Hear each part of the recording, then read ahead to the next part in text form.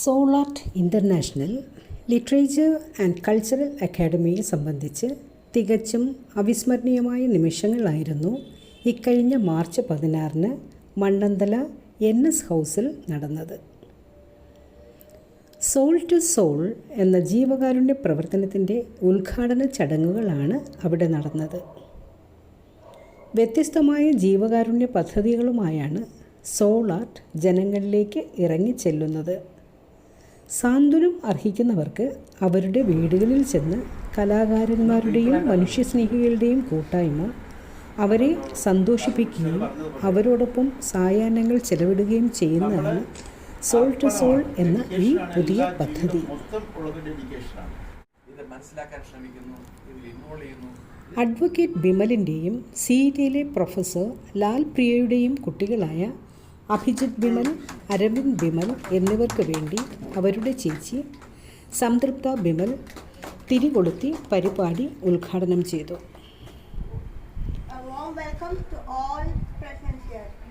സോളാർട്ട് general secretary Vayalar Madhavankutty സ്വാഗതം പറഞ്ഞു. Vice chairman Shri TP Sasthamangalam ജീവകാരുണ്യ പദ്ധതി വിശദീകരിച്ചു. പ്രശസ്ത നടി ഉമാ നായർ, ഗായിക മധുശ്രീ എന്നിവർ മുഖ്യാതിഥികൾ ആയിരുന്നു. ശ്രീ വഞ്ചിയൂർ പ്രവീൺ കുമാറാണ് പരിപാടികൾക്ക് നേതൃത്വം നൽകിയത്. സോളാർട്ട് ചെയർമാൻ പണ്ഡിറ്റ് രമേശ് നാരായണനും മധുശ്രീയും മറ്റ് ഗായകരും കൂടി ഗാനങ്ങൾ ആലപിച്ചപ്പോൾ അഭിജിത്തും ഒപ്പം പാടിയത് സദസ്സിൻ്റെ ഹൃദയം നിറച്ചു. അഭിജിത്ത് എല്ലാം അകക്കണ്ണുകൾ കൊണ്ട് കാണുമ്പോൾ അരവിന്ദ് എല്ലാം കണ്ട് സംതൃപ്തനായി.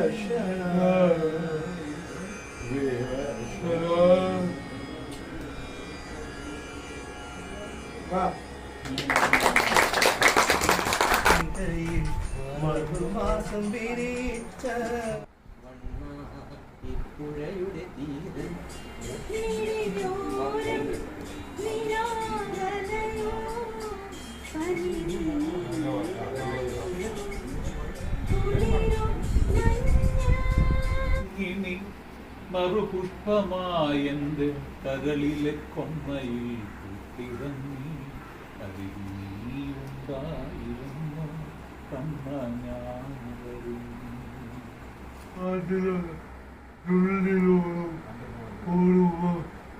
പാടിയ പാട്ടിലൊരെണ്ണം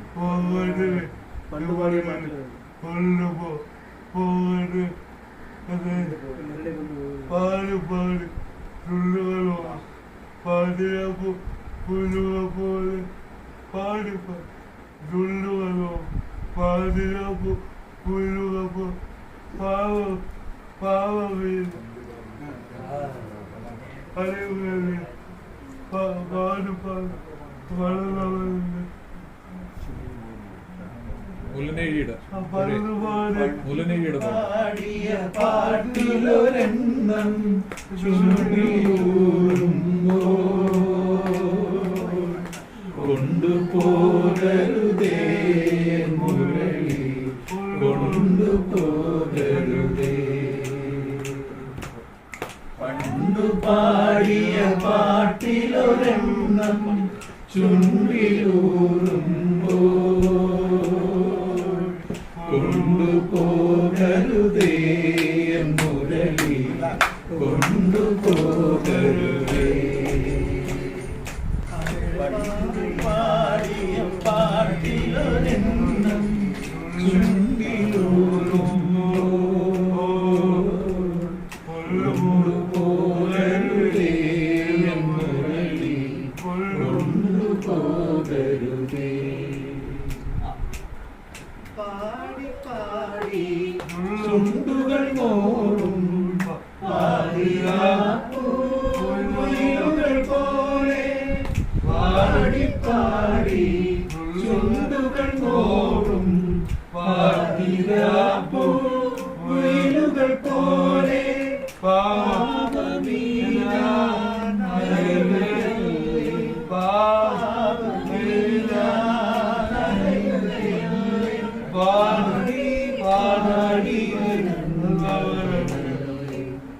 അന്നു കണ്ടകിനാവിലൊരെണ്ണം ചുണ്ടുമോർത്തുമ്പോ കൊണ്ടുപോകരുതേ മുരളി കൊണ്ടുപോകരുതേ.